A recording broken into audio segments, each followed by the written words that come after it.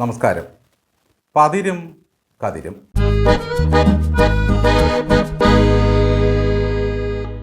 ഒരിക്കൽ തെക്കൊരു ദേശത്ത് രാജാവിനെ അരിയിട്ട് വാഴിച്ച് മടങ്ങുകയായിരുന്നു ആഴ്വാഞ്ചേരി തമ്പ്രാക്കൾ. രാജാവ് സമ്മാനമായി നൽകിയ സ്വർണ്ണപ്പശുവിനെയും ചുമന്ന് ശിഷ്യന്മാർ പിന്നാലെ. സ്വർണ്ണപ്പശുവിനെയും കൊണ്ടുപോകുന്ന തമ്പ്രാക്കളെ പറയിപെറ്റ പന്തിരുകുലത്തിലെ പാക്കനാർ കാണാനിട വന്നു.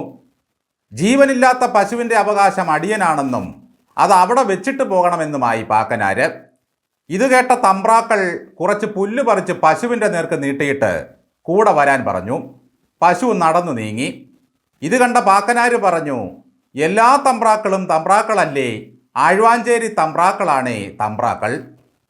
പാക്കനാരിങ്ങനെ പറഞ്ഞതിന് ശേഷമാണ് നാട്ടിലെല്ലാവരും ആഴ്വാഞ്ചേരിയെ തമ്പ്രാക്കളെന്ന് വിളിക്കാൻ തുടങ്ങിയത്. ഈ തമ്പ്രാക്കളെ പോലെ പുല്ലും വൈക്കോലും പഴവും പരുത്തിക്കുരുവും കാണിച്ചാണ് പിണറായി വിജയൻ ആശ്രിതരെയും വാഴ്ത്തുപാട്ടുകാരെയും കൂടെ കൂട്ടുന്നത്. തിന്നാൻ കിട്ടിയതിൻ്റെ സന്തോഷത്തിൽ അവർ പറഞ്ഞെന്നിരിക്കും, എല്ലാ തമ്പ്രാക്കളും തമ്പ്രാക്കളല്ല, പിണറായി തമ്പ്രാനാണേ തമ്പ്രാൻ. വാഴ്ത്തുപാട്ട് സഭയിൽ ഏറ്റുപാടിയ PC വിഷ്ണുനാഥ് MLA പറയുന്നത് പാട്ടിനു ശേഷം സ്റ്റേജിൻ്റെ പിന്നിൽ പാട്ടുകാരുടെ കൂട്ടക്കരച്ചിലായിരുന്നുവെന്നാണ്. വിപ്ലവ ഗാനത്തിനു ശേഷം വിലാപകാവ്യം. ഇടതുപക്ഷത്തെ സർവീസ് സംഘടനാ പ്രവർത്തകർ ചാർലി ചാപ്ലിനെ പോലെ മഴയത്ത് നടക്കാൻ കൊതിക്കുന്നവരാണ്. എല്ലാവരെയും ചിരിപ്പിക്കുന്ന ചാപ്ലിൻ താൻ കരയുന്നത് ആരും കാണാതിരിക്കാനാണ് മഴയത്ത് നടക്കുന്നത്. ഇതുപോലെ കമ്മിത്തലയും വിപ്ലവത്തിൻ്റെ തലവെട്ടിപ്രാന്തുമായി നടക്കുന്ന ഇടതു സർവീസ് സംഘടനക്കാർക്കും ഒന്ന് കരയണമെന്നുണ്ട്.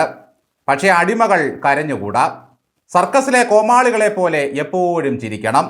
കോമാളി കരഞ്ഞാൽ കാഴ്ചക്കാർ ചിരിക്കില്ല. അതിനാൽ നമുക്ക് ചിരിച്ചുകൊണ്ടേയിരിക്കാം. വാഴ്ത്തുപാട്ട് പാടിയവൻ വയലാറിനേക്കാൾ ഗംഭീരമായി എഴുതി എന്നൊക്കെയാണ് വിഷ്ണുനാഥ് പറയുന്നത്. കമ്മ്യൂണിസ്റ്റ് ചരിത്രത്തിൽ വയലാറിനേക്കാൾ ഇടം പിടിക്കും പൂവത്തൂർ ചിത്രസേനൻ.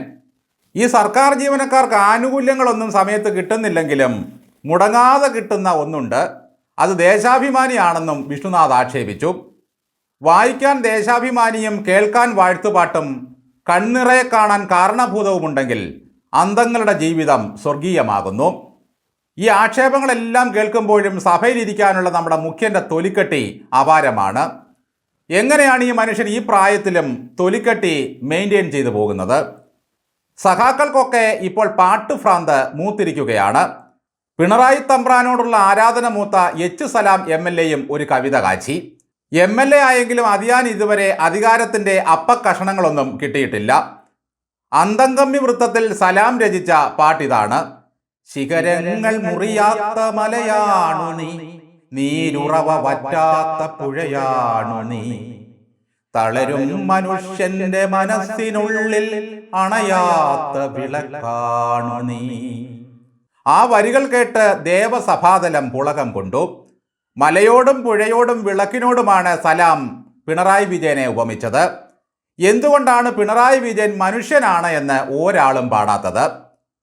അമ്മാശനെ മാത്രം പുകഴ്ത്തിയാൽ ദണ്ണമാകുമെന്ന് കരുതി സെബാസ്റ്റ്യൻ കുളത്തുങ്കൽ MLA മരുമോനെയും പാടി പുകഴ്ത്തി. റോഡുകളെല്ലാം മുഹമ്മദ് റിയാസിൻ്റെ മുഖം പോലെ സുന്ദരമാണത്രേ. അതെന്താ, റോഡുകൾ ക്ലീൻ ഷേവാണോ? പൊടിമീശ പോലുമില്ലാത്ത റോഡുകൾക്ക് എന്ത് മിനുസമാണെന്നോ?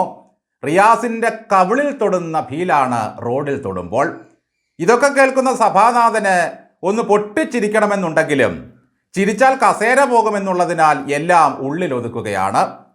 ഉള്ളിൽ ദഹിക്കാതെ കിടക്കുന്ന ഹാസ്യം ദഹനരസത്തെയും ഇല്ലായ്മ ചെയ്യുമെന്നാണ് ശാസ്ത്രം. ഏകമെച്ചം വാതോരാത സകലരും സാറേ സാറേ എന്ന് വിളിക്കുന്നത് മാത്രമാണ്.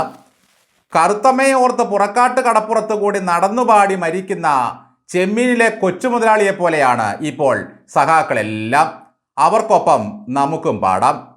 മുടിഞ്ഞ് മുണ്ടക്കോലിട്ടിട്ടും പാടാതിരുന്നാൽ നാടിൻ്റെ നട്ടെല്ല് പൊട്ടി നമ്മൾ ചാവും.